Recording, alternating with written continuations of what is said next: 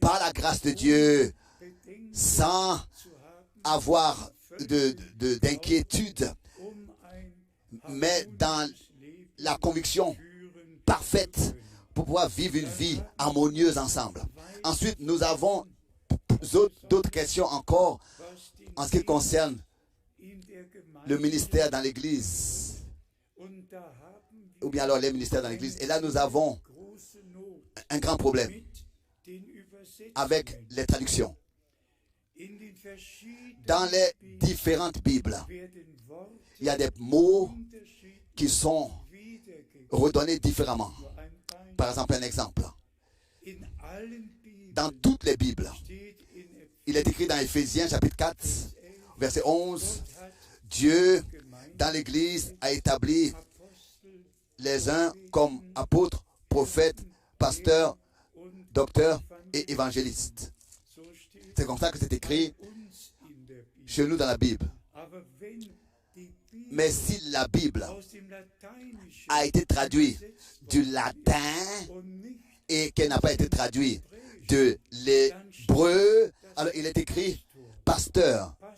Chez nous, c'est écrit berger, berger, berger. Et là, du latin, c'est écrit pasteur.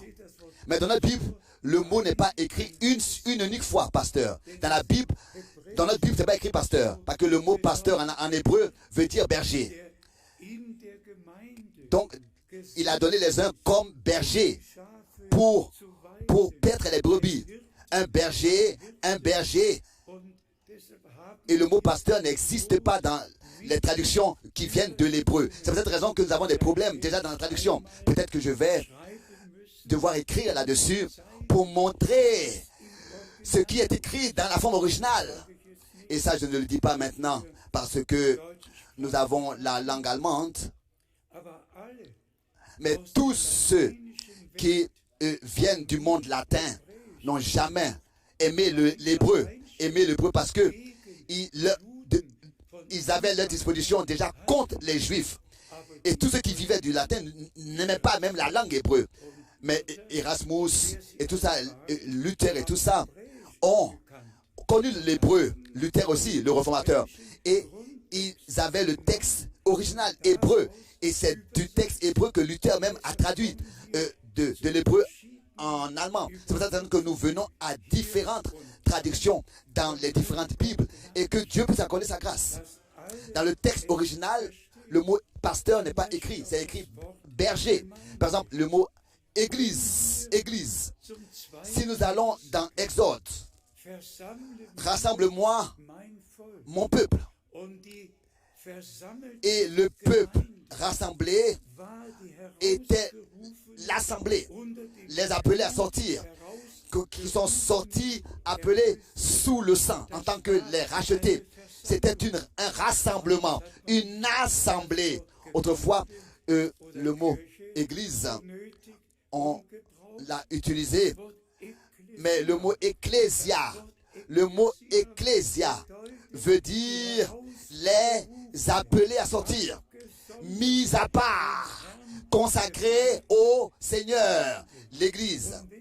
Et si avec cela, nous repartons à l'original, encore dans Hébreu, l'Épître aux Hébreux, il n'est pas écrit que n'abandonnez pas vos églises, ou bien vos églises, mais il est écrit n'abandonnez pas vos assemblées. N'abandonnez pas vos assemblées. Car il est dit dans le psaume 50, rassemble-moi, mon peuple, rassemble-moi. Et dans la langue anglaise, les Américains ont le mot Assemblies of God, ont utilisé le mot Assemblies of God. L'assemblée de Dieu, où son peuple se rassemble pour écouter sa parole, pour la recevoir, pour la croire, et de tout son cœur, la croire et l'expérimenter. Donc que Dieu puisse vraiment accorder sa grâce pour que nous puissions comprendre les choses. Encore particulièrement deux écritures que je voudrais lire pour que tous puissent savoir comme c'est difficile de redonner d'autres traductions exactement la même chose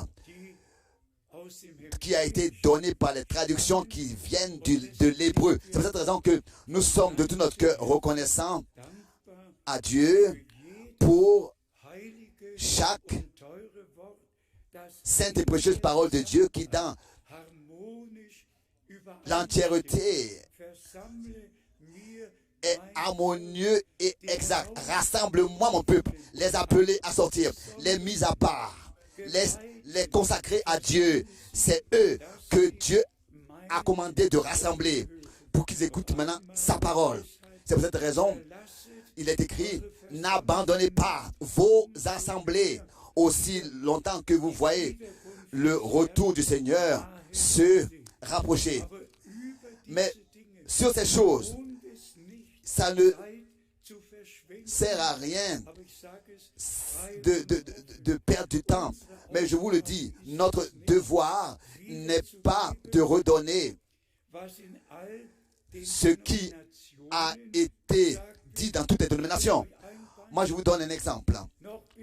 Jusqu'encore dans mon temps, dans l'église baptiste, en 1948, j'ai été baptisé dans l'église baptiste en 48. Le mot pasteur n'existait pas. En 48, même parmi les méthodistes, les baptistes, dans toutes les églises libres, c'était le prédicateur, c'était toujours le prédicateur. Dans l'église d'État, c'était le pasteur dans l'église d'État. Mais dans les églises libres, c'était le prédicateur qui a prêché la parole de Dieu. Et ça, c'est resté ainsi jusqu'à aujourd'hui. Et c'est pour cette raison, je le dis, à cause des frères qui, dans tous les différents pays, ont de grands problèmes. On dit toujours, le pasteur, il est la tête dans l'église. Et le pasteur, et toujours le pasteur.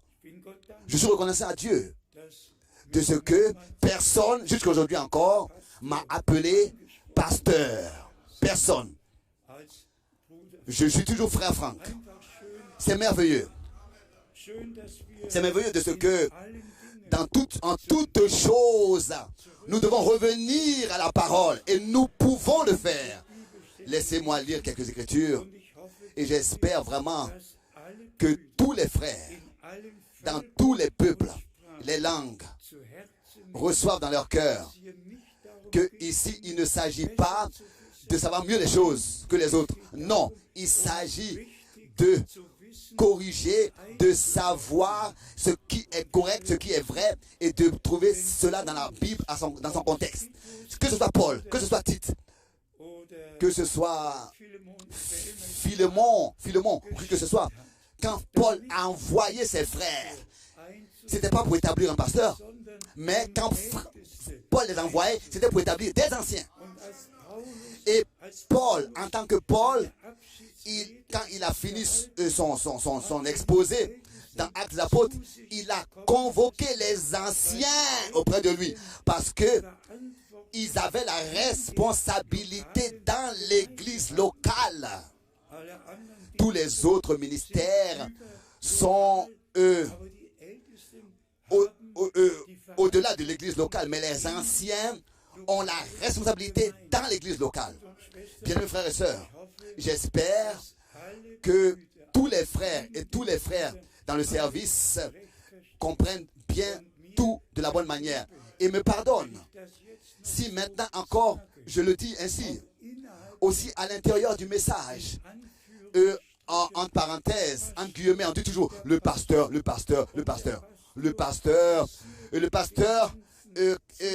prend toute la dîme. Et dans chaque église du message, il y a deux caisses.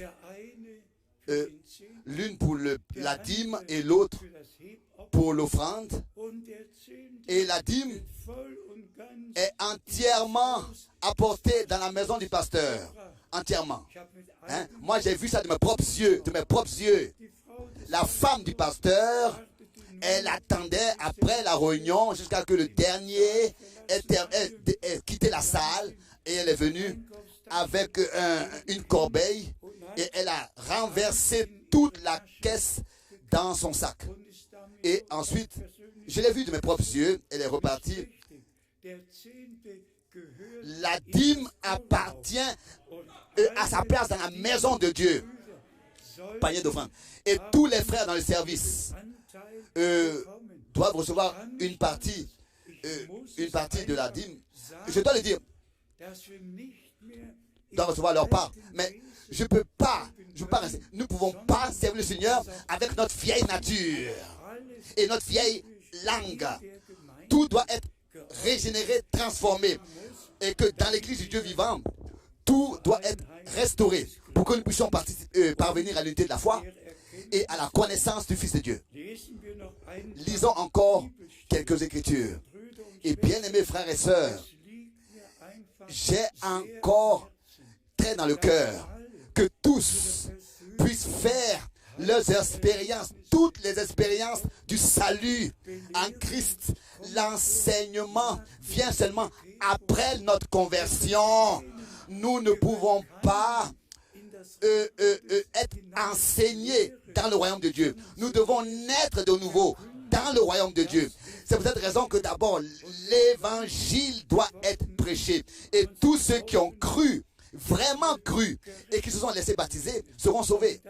Et ensuite, il est écrit, après le baptême, enseigner toutes les nations. D'abord, nous devons faire nos expériences du salut, une vraie conversion, une vraie nouvelle naissance, une vraie régénération authentique par la grâce de Dieu, pour pouvoir ensuite avoir part à la dernière action surnaturelle de Dieu. Et Dieu va accorder sa grâce pour que nous puissions tout